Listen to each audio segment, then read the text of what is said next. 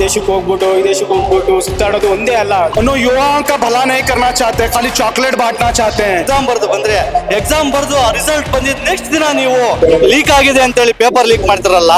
ಈ ದೇಶಕ್ಕೆ 2 ಕೋಟಿ ಉದ್ಯೋಗವನ್ನ ಕೊಡ್ತೀನಿ ಅಂತ 2 ಕೋಟಿ ಉದ್ಯೋಗ ಕೇಳಿದ್ರೆ ಪಕೋಡ ಮಾರೋದು ಕೂಡ ಒಂದು ಉದ್ಯೋಗ, ಪಕೋಡ ಮಾರಿ ಅಂತಾರೆ. ಎಲ್ಲ ಪ್ರತಿ ಜಿಲ್ಲೆಯಲ್ಲಿ ಇನ್ನೂ ಹೋರಾಟ ಮಾಡ್ತೀವಿ, ಕಮ್ಮಿ ಆಗೋ ಮಟ್ಟನೇ ಬಿಡಲ್ಲ।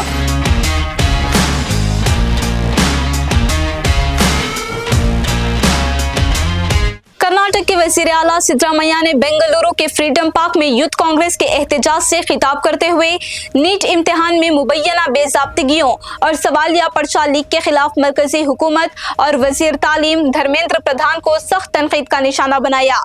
इन्होंने कहा कि नीट का सवालिया पर्चा पिछले 10 सालों में 5 बार लीक हो चुका है और 2016 में सीईटी निजाम खत्म करके जब से नीट नाफिज किया गया है इसके बाद से ये मसाइल बढ़ गए हैं। इनके मुताबिक इस मरकजी निजाम की वजह से गरीब, दलित, पसमानदा और अक़लियती तलबा के साथ नाइंसाफी हो रही है, जबकि अमीर तलबा महंगी कोचिंग के जरिए फायदा उठा रहे हैं। सिद्धरामैया ने मुतालिबा किया कि वजीर आज़म नरेंद्र मोदी को नीट तलबा से गैर मशरूत माफी मांगनी चाहिए और मेडिकल दाखिला इम्तिहानात दोबारा रियासतों को देने चाहिए ताकि सेट के जरिए शफाफ निजाम बहाल हो सके। इन्होंने कहा कि तालीम आईनी तौर पर कॉन्करेंट लिस्ट में है, इसलिए रियासतों को ज्यादा खुद मुख्तारी दी जानी चाहिए और इम्तिहानात का निजाम मरकजी सतह पर नहीं होना चाहिए। वजीर आला ने इल्जाम लगाया कि बीजेपी हुकूमत के दौर में चाहे वो मरकज हो या कर्नाटक में येडियुरप्पा और बसवराज बोम्मई की हुकूमत कई बार पेपर लीक के वाक़ियात हुए हैं, जिनमें इंजीनियरिंग और सब इंस्पेक्टर भर्ती इम्तिहानात भी शामिल हैं।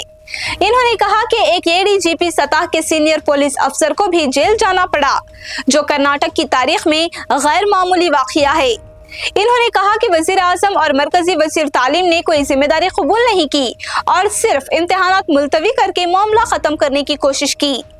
इनके मुताबिक धर्मेंद्र प्रधान को इस नाकामी की जिम्मेदारी लेते हुए इस्तीफा देना चाहिए।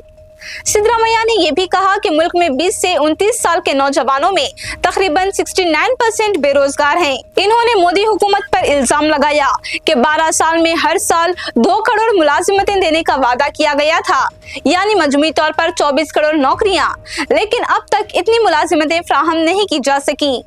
इन्होंने मजीद कहा कि बीजेपी, आरएसएस और एबीवीपी मुआशरे में हिंदू मुस्लिम मुनाफरत फैलाने की मुनज़्ज़म कोशिश कर रहे हैं।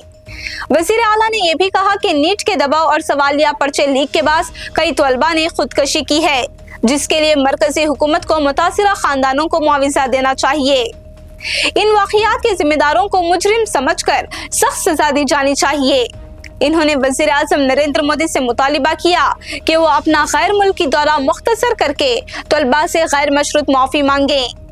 आखिर में इन्होंने कहा कि जब तक वजीर तालीम धर्मेंद्र प्रधान इस्तीफा नहीं देते एहतजाज जारी रहेगा और मरकजी हुकूमत को नीट का इम्तिहानी निजाम खत्म करके दोबारा रियासतों को इख्तियार देना चाहिए।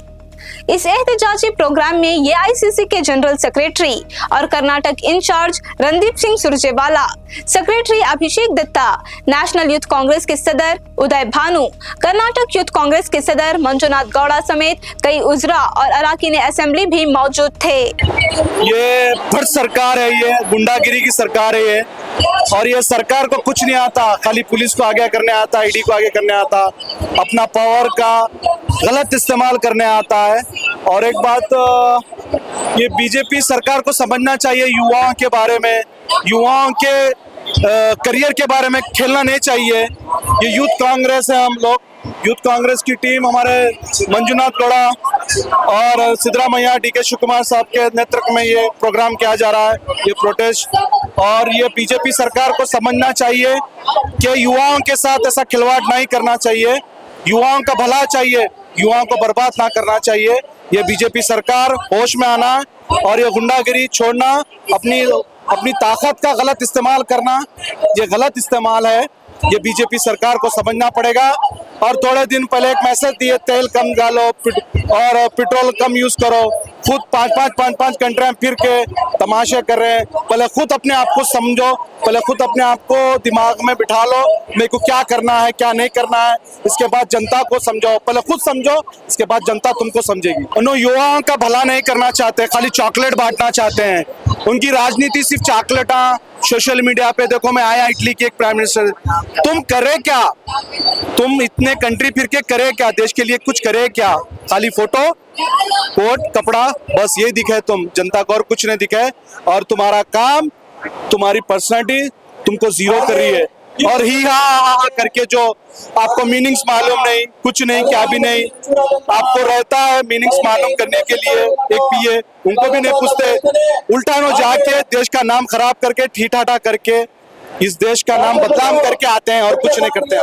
ನಾವು ನೀಟ್ ಎಕ್ಸಾಮ್ ಹೋರಾಟ ಮಾಡ್ತಾ ಇದ್ದೀವಿ. ಮಂಜುನಾಥ್ ಅವರ ಮಾರ್ಗದರ್ಶನದಲ್ಲಿ ಹಾಗೆ ಹಾಸನ ಡಿಸ್ಟ್ರಿಕ್ಟ್ ರಂಜಿತ್ ಅವರ ಒಂದು ಗೈಡ್ಲೈನ್ಸ್ ಅಲ್ಲಿ ಮಾಡ್ತಾ ಇದ್ದೀವಿ. ಏನಿವತ್ತು ನಮ್ಮ ದೇಶದ ವಿದ್ಯಾರ್ಥಿಗಳಿಗೆ ಮೋಸ ಆಗಿದೆ, ಮೋಸ ಆಗ್ತಾ ಇದೆ. ಇವತ್ತು ಏನು ದೇಶದಲ್ಲಿ ಅಚಾರಕತೆ ಆಗ್ತಾ ಇದೆ, ಪೆಟ್ರೋಲ್ ಆಗಿರ್ಬೋದು, ಡೀಸೆಲ್ ಆಗಿರ್ಬೋದು, ಪ್ರತಿಯೊಂದು ವಿಚಾರದಲ್ಲೂ ಕೂಡ ದೇಶ ಇವತ್ತು ದಿವಾಳಿತನ ಆಗ್ತಾ ಇದೆ. ಈ ಒಂದು ಸರ್ಕಾರದಲ್ಲಿ ದಿವಾಳಿತನ ಆಗ್ತಾ ಇದೆ. ನಾವೇನು ಯುವಕರಿದ್ದೀವಿ, ಅದು ನಾವೇನು ನಮ್ಮ ರಾಹುಲ್ ಗಾಂಧಿ ಅವರು ಏನು ಒಂದು ಹೋರಾಟ ಮಾಡ್ತಾ ಇದ್ದಾರೆ, ನಮ್ಮ ದೇಶಕ್ಕೆ ಒಳ್ಳೆ ಒಂದು ಗಟ್ಟಿಯಾದ ಸರ್ಕಾರ ಬೇಕಾಗಿದೆ. ಹಾಗೆ ನಮ್ಮ ಯುವಕರಿಗೆ ಒಂದು ಒಳ್ಳೆ ಉದ್ಯೋಗ ಬೇಕಾಗಿದೆ. ಹಾಗೆ ನಮ್ಮ ಹಳ್ಳಿಗಳಲ್ಲಿರುವಂತಹ ರೈತರಿಗೆ ಇವತ್ತೇ ಪೆಟ್ರೋಲ್ ಡೀಸೆಲ್ ಆಗಿ ಅದರಿಂದ ತುಂಬಾ ತೊಂದರೆಗಳಾಗ್ತಾ ಇದೆ. ಸೊ ಅದೆಲ್ಲ ಕಡಿಮೆ ಆಗ್ಲಿ. ಹಾಗೆ ನೀಟ್ ಇಂದ ಇವತ್ತೇನು ಹಳ್ಳಿಗಳ ಮಕ್ಕಳು ಕಷ್ಟಪಟ್ಟು ಅವರು ರೈತರ ಮಕ್ಕಳು ಸಿಟಿಗೆ ಬಂದು ಎಕ್ಸಾಮ್ ಎಲ್ಲ ಕಟ್ಟಿ ಓದ್ತಾ ಇರ್ತಾರೆ. ಸೊ ಅವ್ರಿಗೆ ಇವತ್ತು ಮೋಸ ಆಗಿದೆ. ಆ ಹಳ್ಳಿಗಳು ಬಡವರು ಯಾರಿದ್ದಾರೆ ಅವರು ಒಂದು ಡಾಕ್ಟರ್ ಆಗ್ಬೇಕಾದ್ರೆ, ಮೆಡಿಕಲ್ ಹೋಗ್ಬೇಕಾದ್ರೆ ಕನಸಾಗ್ತಾ ಇದೆ ಇವತ್ತು. ಸೊ ಇಂತ ಸೆಂಟ್ರಲ್ ಗೌರ್ಮೆಂಟ್ ಮೇಡಮ್ ಇದು ಏನ್ ನಮ್ಮ ವಿದ್ಯಾರ್ಥಿಗಳ ಪರವಾಗಿ ಸೆಂಟ್ರಲ್ ಗೌರ್ಮೆಂಟ್ ನಿಂತ್ಕೋಬೇಕಾಗಿದೆ. ಈ ತರ ಒಂದು ಪ್ರಶ್ನೆ ಪತ್ರಿಕೆ ಸೋರಿಕೆ ಆಗಿರೋದ್ರಿಂದ ಬಡವರ ಮಕ್ಕಳಿಗೆ, ಹಿಂದುಳಿದವರ ಮಕ್ಕಳಿಗೆ ಮೋಸ ಆಗ್ತಿದೆ. So it's like, the people are not educated. The person who is education minister, he don't know the value of exam. He is playing with the dreams of students basically. So he's playing with the dreams of students. If a student is preparing for one exam, he will be having a lot of dreams. So if the minister who is conducting this, who is doing this, he should be so much capable to understand what is examination. If you don't know what is examination, he can do only, he can make money. Already they are playing with our nation. They are playing with lot of things. But why are they playing with our, youth? They are the future. They are the upcoming future, and they are the dream of the nation. And they are conducting a lot of dreams. And why are they playing? This is the main question. If they want to really play, let them make money by other things, not with our dreams, not with the student dreams. There are 23 lakh students, more than 23 lakh students, they are playing. They are playing. So we want is justice. That's it. It's better you change the minister. It's better they resign and go away. They just let them come to the media and just let them tell what is examination. Just let them brief. If they are not so much educated, they are not supposed to sit on the education seat. So petrol prices and diesel prices also increasing day by day. Yeah, ma'am. Petrol price is increasing, diesel price is increasing. Our Indian government, central government, is not ready to buy crude oil from Russia. They are buying from Trump. I don't know why is Modi doing this. He just know to go to foreign and give Melody chocolate for Melina. This is the trending thing which is going on. He comes to media and tell people not to fly overseas, but he is doing overseas trip. This is not fair. He is just playing our dreams. Might be I was having planned to go overseas, but he stopped because of what he is addressing. He also gave 7 appeals to the people not to buy. Yeah, but he is not following. He is not even following one. At least he follow one. Okay, he is addressing to the nation. If a PM representing something, it means there are a lot of people who are following him. For example, I have to go for a trip, but my parents will not allow me. Only because PM told. He is Prime Minister. After telling he is going and offering a melody to someone, this is fair? So what is your demand to the central government? Ma'am, the sweet demand from my end is, we want justice. Whatever the politics they are doing, let them do with other shits. Not with the people, not with the future of this nation, not with students. This is my humble request. So let the education minister be educated first. Know the value of exam. If he don't know what is the value of exam, let he resign. We don't need this kind of ministers. And the people who are voting, it's a humble request to vote to the person who can take our whatever generation, students, everyone to the future and give a bright future, not this dumb future. So it's a humble request, whoever did this shit, let them come, make the apologize and resign from the seat. ಇವತ್ತು ಶಿಕ್ಷಣ ಅನ್ನೋದೇ ಬಹಳ ಹದಗೆಟ್ಟು ಹೋಗಿದೆ. ಇವತ್ತು ಕೇಂದ್ರ ಸರ್ಕಾರ ಒಂದು NEET exam ಅನ್ನ ಸ್ಕ್ಯಾಮ್ ಎಕ್ಸ್ಪೋಸಿಟರ್ ಮಾಡ್ತಾ ಇದ್ದಾರೆ. ಇವತ್ತು ಕೇಂದ್ರ ಸರ್ಕಾರ ಅತ್ಯಂತ ಬಹಳ ದೊಡ್ಡ ಸರ್ಕಾರ, ವಿದ್ಯಾರ್ಥಿ ಬಾಳಿಗೆ ಒಂದ್ ರೀತಿ ಕೆಟ್ಟದಾಗಿ ವರ್ತನೆಯನ್ನ ಮಾಡ್ತಿದ್ದಾರೆ. ಪೆಟ್ರೋಲ್ ಆಗಿರ್ಬೋದು, ಡೀಸೆಲ್ ಆಗಿರ್ಬೋದು, ಪ್ರತಿಯೊಂದು ಬೆಲೆ ಏರಿಕೆಯನ್ನ ಮಾಡಿದ್ದಾರೆ. ಜನರು ಬದುಕೋದು ಬಹಳ ಕಷ್ಟ ಆಗಿದೆ ಈ ಒಂದು ಇದರಲ್ಲಿ. ಈ ದಿನ ನಾವೇನು ರಾಜಭವನ ಚಲೋ ಅಂತೇಳಿ ನಮ್ಮ ರಾಜ್ಯಾಧ್ಯಕ್ಷರ ಕಡೆಯಿಂದ ಹಮ್ಮಿಕೊಳ್ಳಲಾಗಿತ್ತು. ಬಹಳ ಯಶಸ್ವಿಯಿಂದ ಅನೇಕ ಯೂತ್ ಆಗಿರ್ಬೋದು, ಅನೇಕರು ಇಲ್ಲಿ ಪಾಲ್ಗೊಂಡಿದ್ದಾರೆ. ಪೋಷಕರ ಜೊತೆಗೆ ಇಲ್ಲಿ ಬಂದಿದ್ದಾರೆ. ನೀವು ದಯಮಾಡಿ ಕೂಡಲೇ ನರೇಂದ್ರ ಮೋದಿಜಿ ಅವರು ಕೂಡಲೇ ರಾಜೀನಾಮೆಯನ್ನು ಕೊಡಬೇಕು. ಕೇಂದ್ರ ಸರ್ಕಾರದ ಶಿಕ್ಷಣ ಸಚಿವರು ಅವರು ಕೂಡ ಕೂಡಲೇ ರಾಜೀನಾಮೆ ನೀಡಬೇಕು. ವಿದ್ಯಾರ್ಥಿಗೆ ಒಂದು ನ್ಯಾಯವನ್ನ ಒದಗಿಸಬೇಕು. 22 ಲಕ್ಷ ವಿದ್ಯಾರ್ಥಿಗಳು ಇವತ್ತು ಬೀದಿಗೆ ಬಂದಿದ್ದಾರೆ. ಇದಕ್ಕೆ ಕೇಂದ್ರ ಸರ್ಕಾರ ಎಚ್ಚೆತ್ಕೊಂಡು ಅವರಿಗೆ ಪುನಃ ಪರೀಕ್ಷೆ ಇಲ್ದಂಗೆ ಎಕ್ಸಾಮ್ ಅನ್ನ ಕಂಡಕ್ಟ್ ಮಾಡ್ತಂತ ಹೇಳಿದ್ದಾರೆ. ಅದಕ್ಕೆ ನಾವು ಒಪ್ಪೋದಿಲ್ಲ. ಯಾಕಂದ್ರೆ ಇವತ್ತು ರಾಜೀನಾಮೆಯನ್ನ ನರೇಂದ್ರ ಮೋದಿಜಿ ಅವರು ಹಾಗೂ ಉನ್ನತ ಶಿಕ್ಷಣ ಸಚಿವರು ಇಬ್ರು ಸಹ ಕೂಡಲೇ ರಾಜೀನಾಮೆ ನೀಡಬೇಕಂತ ಕೇಳ್ಕೊಂಡು पेपर लीक हुआ है उसके बारे में है, और ये जो पेट्रोल डीजल के दाम बढ़े हैं उसके बारे में है। जो युवा जो भी है बहुत बड़े के लिख कर उन्होंने एग्जाम दिए थे, ये पेपर लीक करे, अब उसमें से 2 लोग सुसाइड करे, तो हमारे को इसके इंसाफ होना है। जो बच्चे सुसाइड करे उनके लिए जो मोदी सरकार वो हमारे एजुकेशन मिनिस्टर को रिजाइन देने लगाना। अगर कोई पार्टी में अनपढ़ मिनिस्टर है तो वो है बीजेपी पार्टी। उनको कुछ भी फर्क नहीं पड़ेगा पेपर लीक होने से, क्योंकि उनके बच्चे लोग सब अमेरिका, लंदन, फॉरेन में पढ़ रहे हैं। सो इंडिया के बच्चों का उनका कुछ भी फर्क नहीं पड़ेगा। और रही बात 30 लोगों ने अपनी जान गंवा दी है, और हमारे वजीर आजम मोदी जी किधर पे है? चॉकलेट देने में बिजी है, मेलोनी को मेलोडी देने में बिजी है। और वो मेलोडी सुनिए, इसका वाकया बोलता हूँ। और वो मेलोडी आके इधर से यूएई को गया, यूएई से नॉर्वे को गया, नॉर्वे से स्वीडन को किया, स्वीडन से बाद में इटली को गया। इतना दूर तक मेलोडी इतना सेफ रख के जाके मेलोनी को दिए है, पेपर सेफ नहीं रख सकते क्या? बात को थोड़ा समझिए।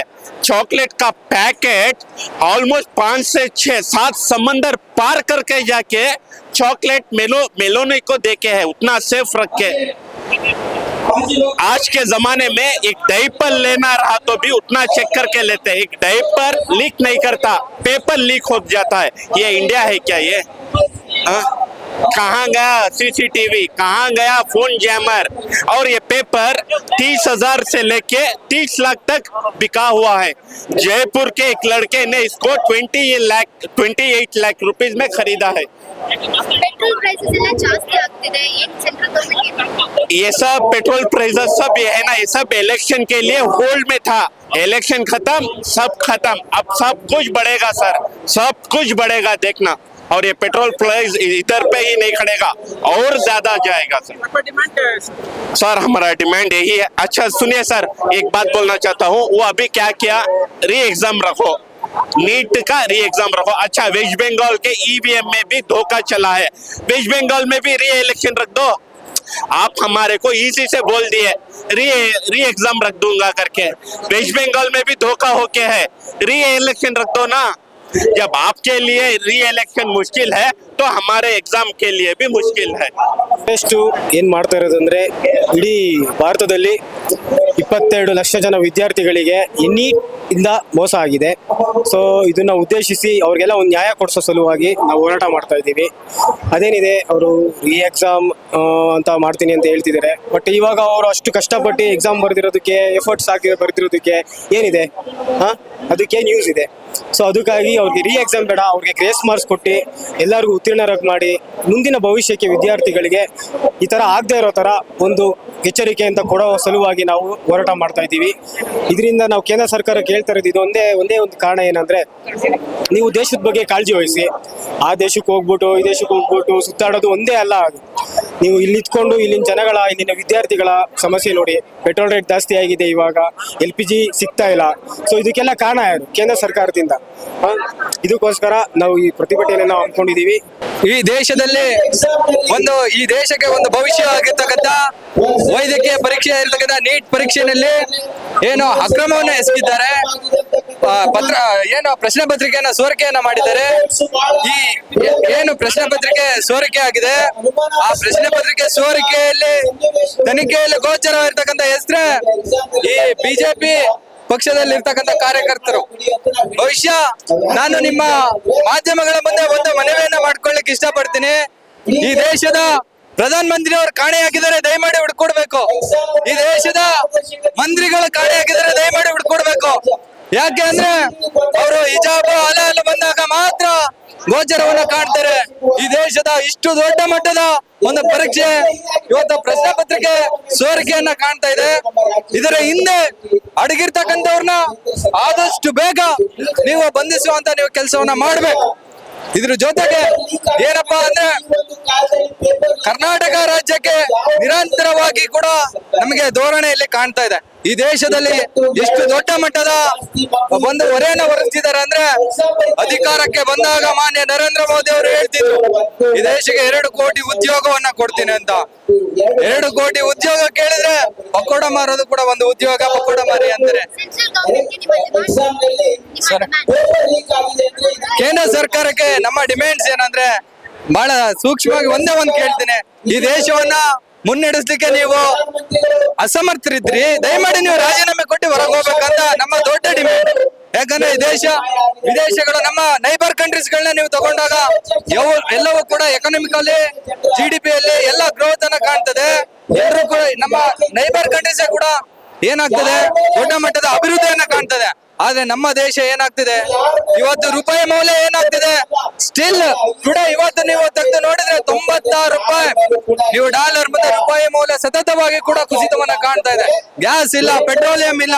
ಮಾನ್ಯ ನರೇಂದ್ರ ಮೋದಿ ಅವರು ಹೇಳ್ತಾರೆ ಮಿತವಾಗಿರ್ತಕ್ಕಂತ ಪೆಟ್ರೋಲಿಯಂ ಅನ್ನ ಬಳಸಿ ಅಂತ. ನರೇಂದ್ರ ಮೋದಿ ಅವರಿಗೆ ನಾನು ಒಂದು ಸಲಹೆ ಕೊಡ್ಲಿಕ್ಕೆ ಇಷ್ಟಪಡ್ತೀನಿ. ದಯಮಾಡಿ ನಿಮ್ಮ ಏನು ಪ್ರೋಟೋಕಾಲ್ ವಾಹನಗಳಿದೆ, ದಯಮಾಡಿ ನೀವು ಕಡಿತವನ್ನ ಗೊಳಿಸ್ಬೇಕಂತ ಈ ಮೂಲಕ ಕೇಳ್ಕೊಂತೀನಿ. ಜೊತೆಗೆ ನೀವು ಏನು ಇವತ್ತು 40,000 ಕೋಟಿ ವಿಮಾನದಲ್ಲಿ ಓಡಾಟ ಮಾಡ್ತೀರಾ, ದಯಮಾಡಿ ಅದನ್ನ ಮಾರಾಟವನ್ನ ಮಾಡಿ ದೇಶದ ಅಭಿವೃದ್ಧಿಗೆ ನೀವು ಬಳಕೆಯನ್ನ ಮಾಡ್ಕೋಬೇಕಾಗ್ತದೆ ಅಂತ ನನ್ನ ಒಂದು ಸಲಹೆಯನ್ನ ಕೂಡ ಕೊಡ್ತೇನೆ. ಇವತ್ತು ಏನು ನೀಟ್ ಪೇಪರ್ ಲೀಕ್ ಆಗಿದೆ, ಅದಕ್ಕೆ ನಾವೆಲ್ಲ ಸೇರಿ ಯೂತ್ ಕಾಂಗ್ರೆಸ್ ವತಿಯಿಂದ ಇಲ್ಲಿ ಫ್ರೀಡಂ ಪಾರ್ಕ್ ಅಲ್ಲಿ, ಬೆಂಗಳೂರು ಫ್ರೀಡಂ ಪಾರ್ಕ್ ಅಲ್ಲಿ ಪ್ರೊಟೆಸ್ಟ್ ಮಾಡ್ತಾ ಇದೀವಿ. ಇಲ್ಲಿ ಎಲ್ಲ ಕರ್ನಾಟಕ ಜಿಲ್ಲೆಯಿಂದ ಜನ ಬರ್ತಾ ಇದ್ದಾರೆ, ನಮ್ಮ ಜೊತೆ ಸೇರ್ಕೊಂಡು ಒಳ್ಳೆ ಪ್ರೊಟೆಸ್ಟ್ ಮಾಡ್ತಾ ಇದ್ದಾರೆ. ಏನು ಈ ಬಿಜೆಪಿ ಗೌರ್ಮೆಂಟ್ ಬೇರೆ ಇದೇ ಕೆಲಸ ಮಾಡೋದು, ಅವರು ಬೇರೆ ಹಿಜಾಬ್ ನಮ್ಮ ಮುಸ್ಲಿಮ್ಸ್ ಬಗ್ಗೆ ಏನೇನು ಮಾತಾಡಿ ಇವ್ರಿಗೆ ಗೊತ್ತಾಗಿರುತ್ತೆ.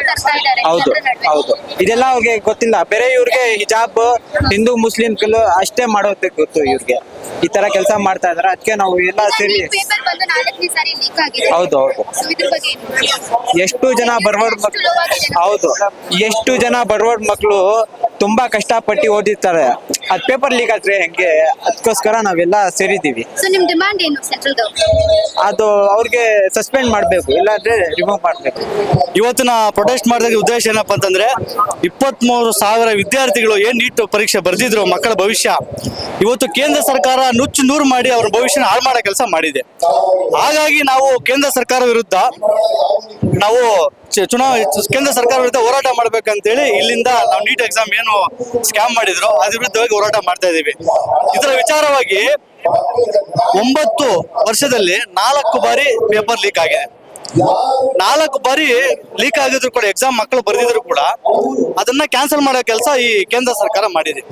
ನಾನು ಹೇಳ್ತಕ್ಕಂಥದ್ದು ಏನಪ್ಪಾ ಅಂತಂದ್ರೆ, ಇದರಲ್ಲಿ ಒಬ್ಬ ನನ್ನ ತಂಗಿ ಇದ್ದಾಳೆ, ನನ್ನ ಅಕ್ಕ ಇದ್ದಾಳೆ, ನನ್ನ ಆಟೋ ಡ್ರೈವರ್ ಒಬ್ಬ ಇದ್ದಾನೆ, ಬಸ್ ಡ್ರೈವರ್ ಇದ್ದಾನೆ, ಬಸ್ ಡ್ರೈವರ್ ಮಕ್ಕಳಿದ್ದಾರೆ, ಆಟೋ ಡ್ರೈವರ್ ಮಕ್ಕಳಿದ್ದಾರೆ. ಎಲ್ಲಾ ಮಕ್ಕಳು ಕೂಡ ಕಷ್ಟಪಟ್ಟು ಮಕ್ಕಳು 23,000 ಜನ ಮಕ್ಕಳು ರಾತ್ರಿ ಹಗಲು ಕಷ್ಟಪಟ್ಟು ಓದಿದ್ರೆ, ಎಕ್ಸಾಮ್ ಬರೆದು ಬಂದ್ರೆ, ಎಕ್ಸಾಮ್ ಬರೆದು ಆ ರಿಸಲ್ಟ್ ಬಂದಿದ್ ನೆಕ್ಸ್ಟ್ ದಿನ ನೀವು ಲೀಕ್ ಆಗಿದೆ ಅಂತೇಳಿ ಪೇಪರ್ ಲೀಕ್ ಮಾಡ್ತಾರಲ್ಲ, ಯಾವ್ದ್ರಿ ಕೇಂದ್ರ ಸರ್ಕಾರ ಮಾಡ್ತಾ ಇರ್ತಕ್ಕಂಥದ್ದು? ನೋಡಿ, ಇದು ಮೊದಲನೇ ಬಾರಿ ಅಲ್ಲ ಮೇಡಮ್, ನೋಡಿ ನೋಡಿ ನೋಡಿ ಸಾಕಾಗಿದೆ. ಹಾಗಾಗಿ ನಾವು ಯುವ ಕಾಂಗ್ರೆಸ್ ಗಟ್ಟಿಯಾಗಿ ಈಗ ಕೇಂದ್ರ ಸರ್ಕಾರದ ಅವ್ರದಿರೋದ್ರಿಂದ ಪ್ರಶ್ನೆ ಮಾಡಕ್ಕೆ ಬಿಜೆಪಿ ತಲೆ ಎತ್ತಿ ಮಾತಾಡಲ್ಲ, ಪ್ರಶ್ನೆ ಮಾಡಲ್ಲ. ಹಾಗಾಗಿ ನಾವು ಯುವ ಕಾಂಗ್ರೆಸ್ ಗಟ್ಟಿಯಾಗಿದ್ದೀವಿ, ಮಕ್ಕಳ ಜೊತೆ ನಾವಿದ್ದೀವಿ ಅಂತೇಳಿ ನಾವು ಅವ್ರ ವಿರುದ್ಧ ಹೋರಾಟವನ್ನ ಮಾಡುವ ಮೂಲಕ, ಇದು ಮೊದಲನೇ ಬಾರಿ ಅಲ್ಲ ಮಾಡ್ತಾ ಇರೋದ್ ನಾವು ಹೋರಾಟ, ಮೊದಲಿಂದನೂ ಮಾಡ್ಕೊಂಡ್ ಬರ್ತಾ ಇದೀವಿ. ನಾವು ಬಿಜೆಪಿ ಸರ್ಕಾರಕ್ಕೆ ಎಚ್ಚರಿಕೆ ಕೊಡ್ತಾ ಇದೀವಿ. ಏನಪ್ಪಾ ಅಂತ, ಇವತ್ತು ರಾಜಭವನ್ ಚಲೋ ಮಾಡಿದೀವಿ, ನೀವೇನಾದ್ರು ಕೇಂದ್ರ ಸರ್ಕಾರ ಮಕ್ಕಳಿಗೆ ಭವಿಷ್ಯಕ್ಕೆ ಏನಾದ್ರು ಮತ್ತೆ ಇನ್ನೊಂದು ಅವ್ರು ತೊಂದರೆ ಮಾಡೋದು ಕೊಟ್ರೆ ನಾವು ಸಂಸತ್ತು ಚಲೋ ಮಾಡ್ಬೇಕಾಗ್ತದೆ ಅನ್ನೋದು ನಾವು ಹೇಳಿಕ್ ಬಯಸ್ತೀನಿ. ನಾನು ಇನ್ನೂ ಒಂದು ಏನು ಹೇಳಿಕ್ ಬಯಸ್ತೀನಪ್ಪ ಅಂತಂದ್ರೆ ಮೇಡಮ್, ಮೊನ್ನೆ ಬಿಹಾರಲ್ಲಿ ಕೂಡ ಹಂಗೆ ಆಗಿದೆ. ಬಿಹಾರಲ್ಲಿ ಚುನಾವಣೆಗೆ ಮೊದಲು ಯಾವ್ದು ಪ್ರೈಸ್ ಇಕ್ಕಿಲ್ಲ, ಹೇಗಾಗಿ ಎಲೆಕ್ಷನ್ ಮುಗ್ದಿದ ತಕ್ಷಣ ನೆಕ್ಸ್ಟ್ ದಿನಾನೇ 900 ರೂಪಾಯಿ ಪ್ರೈಸ್ ರೈಕ್. ಮೇಡಮ್ 900 ರೂಪಾಯಿ ಹೇಗಾಗಿ ಗ್ಯಾಸ್ ಬೆಲೆ ರೈಸ್ ಮಾಡಿದ್ರೆ ಯಾರು ಮೇಡಮ್ ಉಳಿತಾರೆ ಜೀವನದಲ್ಲಿ? ಬದುಕಕ್ಕೆ ಆಯ್ತದ ಮೇಡಮ್? ಈ ಬಡವರು ಪೆಟ್ರೋಲ್ ಪ್ರೈಸ್ ಡೀಸೆಲ್ ಬೆಲೆ 4 ರೂಪಾಯಿ ಮೊನ್ನೆ ರೈಸ್ ಆಗಿದೆ, ಅದಕ್ಕೆ ಮೊದಲು ರೈಸ್ ಆಗಿದೆ. ಆಮೇಲೆ ಇನ್ನೊಂದು ಫರ್ಟಿಲೈಸರ್ ಬೆಲೆ ಅಂತ ನಿಮ್ಗೆ ಗೊತ್ತಿದೆ. ಇವರು ಮಾತಿದ್ರೆ ಬಿಜೆಪಿ ಅವರು ನಾನು ರೈತರ ಪರ ಅಂತಾರೆ.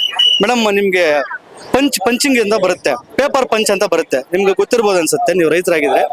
ಈಗ ನಾವು ಗುಣಿ ಮಾಡಿ ನಾವು ಏನಾದ್ರು ನಾಟಿ ಮಾಡ್ಬೇಕಂತಂದ್ರೆ ಕಳೆ ಬೆಳಿಬಾರ್ದು ಅಂತೇಳಿ ನಾವು ಪ್ಲಾಸ್ಟಿಕ್ ಪೇಪರ್ ಹಾಕ್ತಿವಿ. ಆ ಪೇಪರ್ 400 ರೂಪಾಯಿ ಇದ್ದಿದ್ದು 1200 ರೂಪಾಯಿ ಆಗಿದೆ ಇವತ್ತು ಬೆಲೆ. ರೈತರ ಹೆಂಗ್ ಉದ್ಧಾರ ಮಾಡ್ತೀರಾ ನೀವು? ನಮ್ಮ ಡಿಮ್ಯಾಂಡ್ಸ್ ಒಂದೇ. ನಾವ್ ಹೇಳ್ತಾ ಇರ್ತಕ್ಕಂಥ 23,000 ಜನ ಮಕ್ಕಳ ಭವಿಷ್ಯವನ್ನು ಹಾಳು ಮಾಡಿದ್ರೆ ನೀವು ಅದನ್ನ ಯಾವ ರೀತಿ ನೀವು ನ್ಯಾಯ ಕೊಡಿಸ್ತೀರಾ ಅನ್ನೋದನ್ನ ನಾವು ಪ್ರಶ್ನೆ ಕೇಳ್ತಾ ಇದೀವಿ. ಅವ್ರ ಕೈಯಲ್ಲಿ ಕೊಡ್ಸಕ್ ಆಗತ್ತಾ ಇಲ್ವಾ? ಕೊಡಿಸ್ಬೇಕು. ಮತ್ತೆ ಎಕ್ಸಾಮ್ ಬರೀರಿ ಅಂತಂದ್ರೆ ಯಾವ ರೀತಿ ಎಕ್ಸಾಮ್ ಬರೀತಾರೆ ಮೇಡಮ್? ಈಗ ನಾನೇ ಇರ್ಬೋದು KS ಎಕ್ಸಾಮು, ಇಲ್ಲ ಪೊಲೀಸ್ ಇಲಾಖೆ ಬರೀಬಹುದು ಮೇಡಮ್ ಎಕ್ಸಾಮು. ಮೊನ್ನೆ ಏನಾಗಿದೆ, ಕೇಂದ್ರ ಸರ್ಕಾರ ಇದ್ದಂತ ಸಂದರ್ಭದಲ್ಲಿ ಈ ರಾಜ್ಯ ಸರ್ಕಾರದಲ್ಲಿ ಆಗಿನ ಬೊಮ್ಮಾಯಿ ಸರ್ಕಾರ ಇತ್ತು ಅಂತ ನೋಡಿ ಪುಣ್ಯಾತ್ಮ ಪೊಲೀಸ್ ಇಲಾಖೆ ನಿಂತಿದ್ದಾರೆ. ಆ ಪೊಲೀಸ್ ಅಲ್ಲಿ PSA ಸ್ಕ್ಯಾಮ್ ಮಾಡಿದ್ರಲ್ಲ ಮೇಡಮ್, ಅವ್ರು ಹೊಟ್ಟೆ ಹೊಡೆ ಅಂತ ಕೆಲಸ ಮಾಡಿದ್ರಲ್ಲ ಈಗ ಸರ್ಕಾರ, ಬಿಜೆಪಿ ಸರ್ಕಾರ ಮೇಡಮ್. ಅವ್ರಿಗೆ ನೋಡಿ ಸಬ್ ಇನ್ಸ್ಪೆಕ್ಟರ್ ಆಗಿದ್ದಾರೆ ಸಾಹೇಬರು, ಅವರು ಎಷ್ಟು ನೋವು, ಅವ್ರಿಗೆ ಎಷ್ಟು ಕಷ್ಟ ಇದ್ರೆ ಆ ಮಟ್ಟಕ್ಕೆ ಬೆಳೀತಾರೆ. ಅವ್ರಿಗೆ ಪಾಪ ಏಜ್ ಲಿಮಿಟ್ ಆಗೋಗಿದೆ ಮೇಡಮ್. ಮೊನ್ನೆ PSA ಸ್ಕ್ಯಾಮ್ ಮಾಡಿದ್ದಾರೆ, ಎಷ್ಟು ಮಕ್ಕಳ ಭವಿಷ್ಯ, ಎಷ್ಟು ಜೀವನ ಹಾಳು ಮಾಡಿದ್ದಾರೆ. ತಮಾಷೆಲ್ಲ PSA ಆಗ್ಬೇಕು ಅಂತಂದ್ರೆ ಅವರ ತಂದೆ ತಾಯಿಯ ಕಷ್ಟ, ಅವರ ಶ್ರಮ, ಅವರ ಕಷ್ಟ, ಅಷ್ಟು ಕಷ್ಟಪಟ್ಟು ಎಕ್ಸಾಮ್ ಬರೆದು ಬಂದ್ರೆ ರಿಸಲ್ಟ್ ಬಂದಿದೆ. ನೀವು ಏಕಾಏಕಿ PSA ಸ್ಕ್ಯಾಮ್ ಆಗಿದೆ ಅಂತ ಹೇಳ್ಬಿಟ್ಟು ಅವ್ರನ್ನ ಹೊರಗೆ ಹಾಕ್ಬಿಟ್ರೆ ಅವ್ರು ಮತ್ತೆ ಎಕ್ಸಾಮ್ ಬರೆಯೋಕೆ ಡೇಟ್ ಇಲ್ಲ, ಅವ್ರಿಗೆ ಏಜ್ ಲಿಮಿಟ್ ಇಲ್ಲ. ಇದಕ್ಕೆ ಯಾವ ನ್ಯಾಯ ಕೊಡೋರು ಯಾರು? ಈಗ 23,000 ಜನ ಮಕ್ಕಳಿಗೆ ನೀವು ಕಿತ್ತು ಆಚೆ ಹಾಕಿದ್ರಲ್ಲ ಎಕ್ಸಾಮ್ ಬರ್ತಿರೋದನ್ನ, ಇದಕ್ಕೆ ಹೊಣೆ ಯಾರು? ನಾವು ಕೇಂದ್ರ ಸರ್ಕಾರ ಒತ್ತಡ ಹಾಕೋದಿಷ್ಟೇ. ಯಾರಿದಾನೋ ಅವ್ನು, ಯಾರು ಪೇಪರ್ ಲೀಕ್ ಮಾಡಿದಾನೋ ಅವನ ಗುಂಡಿ ಕೊಲ್ಲಿ, ಇಲ್ಲ ಅಂತಂದ್ರೆ ಅವ್ನು ಜೈಲ್ಗಟ್ಟೆ ಕೆಲಸ ಮಾಡಿ CBI ಎನ್ಕ್ವೈರಿ ಮಾಡಿಸಿ. ಕೇಂದ್ರ ಸರ್ಕಾರ ಕೈಯಲ್ಲಿ ಏನೂ ಆಗಲ್ಲ ಅಂತ ನಮ್ಗೆ ಗೊತ್ತಾಗಿದೆ. ಯಾಕಪ್ಪ ಅಂತಂದ್ರೆ ಕೈಗೊಂಬೆಯಾಗಿ ಕೇಂದ್ರ ಸರ್ಕಾರ ಕೆಳಗಡೆನೆ ಇರೋದು. ಈಗ ಈ ಸ್ಕ್ಯಾಮ್ ಏನಾಗಿದೆ ಅವ್ರ ಅಂಡರೇ ಬರ್ತದೆ. ಇನ್ನೊಂದು ಹೇಳ ಮೇಡಮ್, ಈ ದೇಶದ ಪ್ರಧಾನಿ ಕುದುರೆ ಓಡಿಸೋನ ಸವಾರ ಚೆನ್ನಾಗಿರ್ಬೇಕು. ಟೀ ಮಾರವನ್ ತಗೊಂಡೋಗಿ ದೇಶ ಪ್ರಧಾನಿ ಮಾಡಿದ್ರೆ ಒಬ್ಬ ಗಡೀಪರ ಆಗಿರೋ ಅಯೋಗ್ಯನ್ ತಗೊಂಡ್ಬಂದು ಈ ದೇಶದ ಹೋಮ್ ಮಿನಿಸ್ಟರ್ ಮಾಡಿದ್ರೆ ಈ ಪ್ರಜಾಪ್ರಭುತ್ವದಲ್ಲಿ ಏನ್ರಿ ಸಾಧನೆ ಮಾಡ್ತಾರೆ ಅವರು? ಪ್ರತಿಭಟನೆ ಹಮ್ಮಿಕೊಂಡಿರೋ ಉದ್ದೇಶ ಏನು ಅಂದ್ರೆ, ಒಂದು ಕೇಂದ್ರ ಸರ್ಕಾರದ ವಿರುದ್ಧ ನಾವು ಯೂತ್ ಕಾಂಗ್ರೆಸ್ ವತಿಯಿಂದ ಮಾಡ್ತಾ ಇದೀವಿ. ಏನಂದ್ರೆ ಇದು ನೀಟ್ ಪ್ರಶ್ನೆ ಪತ್ರಿಕೆ ಸೋರಿಕೆ ವಿರುದ್ಧ.